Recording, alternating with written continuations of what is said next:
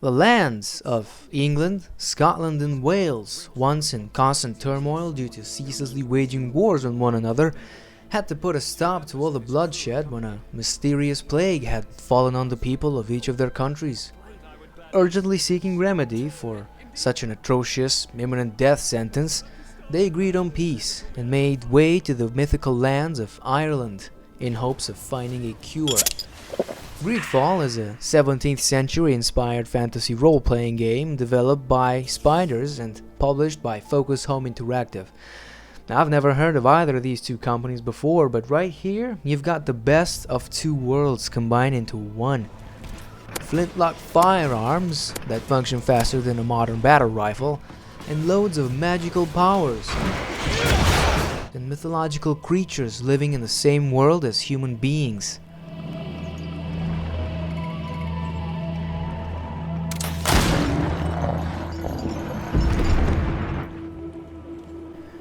You are the Sardae, and if the name doesn't make it obvious enough, you're the noble offspring that resulted after the conclusion of the Old Alliance.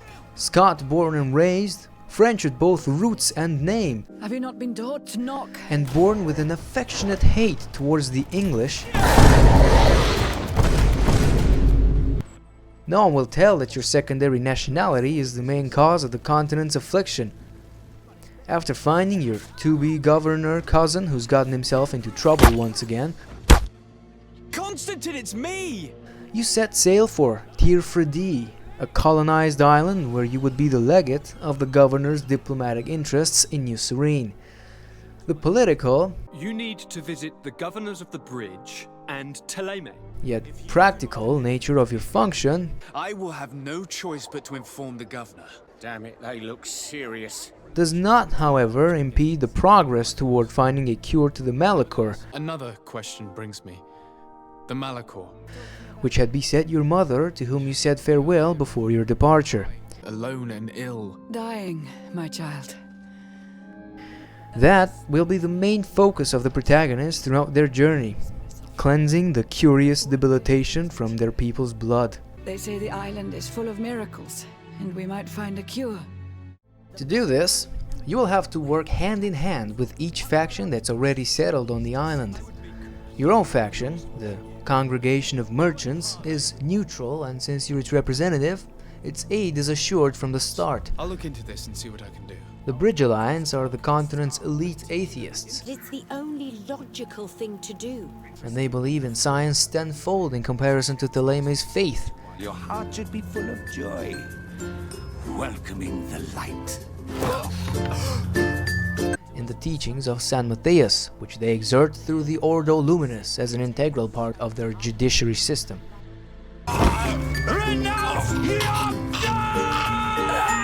The natives of Tirfredi are the most curious faction, since they worship the nature instead of a celestial being, and they bond to the island through their rituals, which differ from clan to clan. They have issues with the colonizers, or as they like to call them, especially with the Bridge Alliance and Teleme. He said they would burn us, like the others. The Coin Guard are paid mercenaries, As loyal as your gold. and the Naughts are the only people who know how to navigate ships across the oceans. Most, if not all, side quests are related to a faction's wrongdoings against the other. It's substantially just your typical British crimes of war against the natives, though. More often than not, you will find yourself forced to take action in the name of one faction or the other, or do your best with your talents or even the help of a companion who belongs to a certain faction in order to solve certain encounters peacefully. You can choose not to ask for help from any faction for the final battle, but if you do, you have to complete all of their side quests specifically before they agree to help. My favorite was stopping Dr. Silly from abducting and experimenting on native people. What do a few lives mean when the future of all humanity hangs in the balance?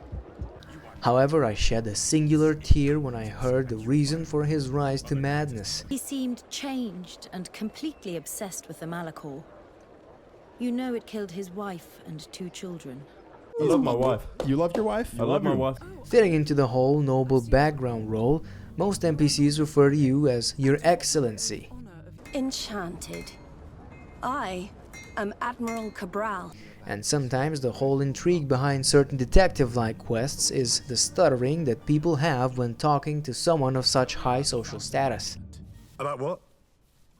I have no idea what you're talking about, Your Excellency. Also, there's a good bit of such detective-like quests, in which all you have to do is talk to people and snoop around to find clues for advancing the quest. Some named NPCs, participant to specific quests, can be talked to, but more often than not, you won't be able to say anything else than farewell to them prior to receiving said quest, which would seem fitting were this a different RPG. Yes, why? You looking to have a good time? I must leave you. Your followers, companions, or however you wish call them, are each part of a different faction, and all but Petrus can be romanced. For maximum realism, however, I haven't romanced anyone in my playthrough. Every companion has their own lines they say when combat starts. You will have them embedded on the side of your brain whether you like it or not. Let's see if you can ward off this fate. They also represent different archetypes, as the game likes to suggest, helping you decide which role you want your helpers to play on the field. Kurt is a melee tank. Vasco is a melee ranged rogue. Siora is a melee healer. Petrus is a magic-based damage dealer, and Afra is a ranged firearm damage dealer. You can't control them, however, and they usually just die at boss fights anyway. They're mostly useful for conversations. Now you might be wondering whether the AI is that bad in combat or if the game is terribly hard. And my answer is that, being a single-player game, some things are bound to overlap and contradict each other in the realm of balance. Magic is fine, because it ignores armor completely, but it burns so quickly through magic points that you would find yourself chugging mana potions quicker than you can save. Baba Booey. Melee is alright. You can parry and counter even the attacks of some monsters and wildlife, which makes it fun both to play and to watch. But two-handed melee is too slow to be viable.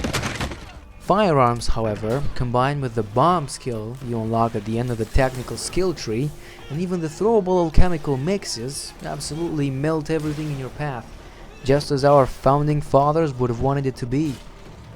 They also wanted to make sure that what we're playing here is truly a role-playing game, and as such, there are skill checks throughout the world for vigor and intuition to get to certain hidden areas by balancing over boards and fallen trees, jumping over ledges, climbing up walls, or by sneaking through passages. Charisma and intuition checks in dialogue. I don't think you understand who you're dealing with. Lockpicking for your thieving nature, craftsmanship and science for upgrading and making your own shit respectively, and again, science for all your demolitionist desires. A few more combat unrelated gameplay inconveniences for me were the fact that loot has a little cooldown and that you can only fast travel from a specified location like a campfire, a globe, or one of those native stone waypoint thingies.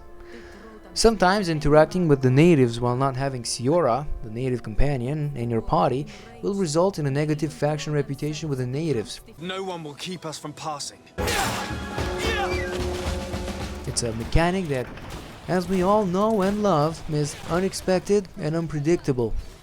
Since fast travel isn't possible from everywhere, the amount of time you spend on walking back and forth from one objective to another is bigger than what the colony's size seemed to be when you actually enter them. And trust me, there's a lot of walking. Enough to make you go, fuck this, I'm just gonna go Age 2 rush as the Spanish in Age of Empires 3. And even that would take less than finding who stole those damn tablets from the Inquisitors of Ptolemy. But the writing's good enough in the end to endure the mindless cardio. The unpredictability of this game shifts into being something enjoyable when you bump into the story twists that you never saw. I never did, and I sure know they made me lose my boredom rather quickly.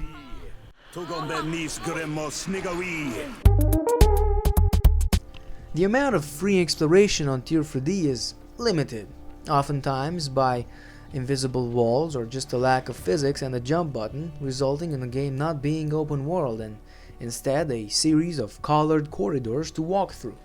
I didn't mind this as much as the lack of mobile fast travel, especially since the first time exploring an area will almost always leave you speechless or have you taking screenshots left, right and center. However, exploring areas without having to complete any quests there will, most of the time, make the return a painful, boring walking session. Not because monsters don't respawn, they do. But everyone surely knows that colonists' favorite pastime in the New World couldn't have been holding down W and Shift at the same time. As I said, the graphics in this game are very much candy for your eyes, and a huge chunk of my experience was seeing all those vividly colored trees and bushes, the sun creeping through tree branches, and the grandeur of colonial cities. Of course, the cities are much smaller than they appear, but it was a really imposing sight the first time I saw them from a distance. I would sometimes even look left and right like a toddler from the country visiting the closest town for the first time to see what my eyes had never witnessed before in my entire life. Wooden structures and sun reflections for the most part. The sound design is accurate, where we can actually compare stuff to real life. The fact that firearms gunpowder takes its sweet time burning before detonating and shooting really intrigued me, and it was a very pleasant surprise in all honesty. Whenever you receive items in your inventory, when you open containers, when you progress in a quest, a UI sound comes up. They may be UI sounds, but I found them quite smooth and satisfying. The area discovered sound makes no exception, and everything else sounds good enough not to complain about it. The soundtrack in Greedfall is so well made that it's possible you won't even notice there's music playing in the background outside of combat, which transitions very smoothly when you're done exterminating whoever looked at you wrong.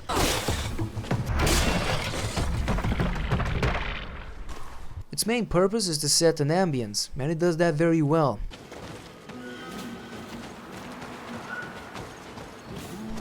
I tried listening to it while going for a run, and as soon as the song Bandit started playing, I immediately ramped up the volume and I started sprinting instead. And I've never been more motivated to run away from an imaginary monster in my entire life. The very same could be said about the track that plays while you're sneaking. I specifically avoided stealthy approaches because, frankly, it made me panic. Greedfall is a game made by fewer people than you'd expect. And although the world exploration gets tiring after a while and it's not that fully fleshed out, every second spent playing it made me realize that visuals sometimes play an important role. And combined with the soundtrack and the intrigue around the world's characters, I really felt like this was more a piece of art that's to be admired than a place to have a laugh in. I give Greedfall 1,658 bullets made out of iron mushrooms out of 1,694. If you enjoyed this video, make sure to subscribe with a dangling bell and stay tuned as more content is on the way. And thanks for watching.